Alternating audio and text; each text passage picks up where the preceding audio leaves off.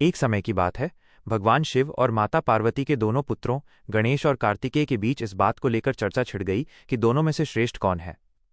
इस समस्या के समाधान के लिए देवर्षि नारद ने एक प्रस्ताव रखा। प्रतियोगिता का आरंभ।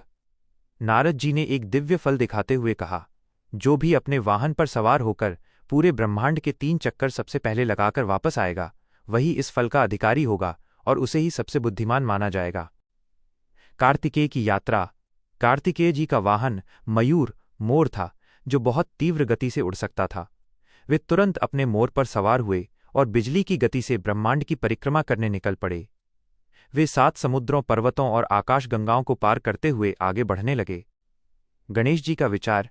दूसरी ओर गणेश जी का वाहन एक छोटा सा मूषक चूहा था। वे जानते थे कि मूषक की गति मोर का मुकाबला नहीं कर सकती। गणेश जी शांत होकर बैठ गए और गहरी सोच में डूब गए। अचानक उनके चेहरे पर एक मुस्कान आई। अनोखी परिक्रमा। गणेश जी उठे और उन्होंने अपने माता पिता भगवान शिव और माता पार्वती को एक ऊंचे आसन पर बैठने का निवेदन किया। जब वे बैठ गए तब गणेश जी ने श्रद्धा के साथ उनकी आरती उतारी। अपने नन्हे मूषक के साथ अपने माता पिता के चारों ओर 3 बार परिक्रमा की। अंत में उनके चरणों में शीश झुकाकर हाथ जोड़ लिए। विजय और कारण।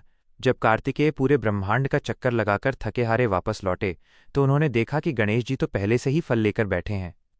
कार्तिकेय ने आश्चर्य से पूछा, गणेश, तुम तो कहीं गए ही नहीं, फिर तुम ये प्रतियोगिता कैसे जीत गए? गणेश जी ने बड़ी विनम्रता से उत्तर दिया, शास्त्रों के अनुसार माता पिता के चरणों में ही समस्त ब्रह्मांड बसता है।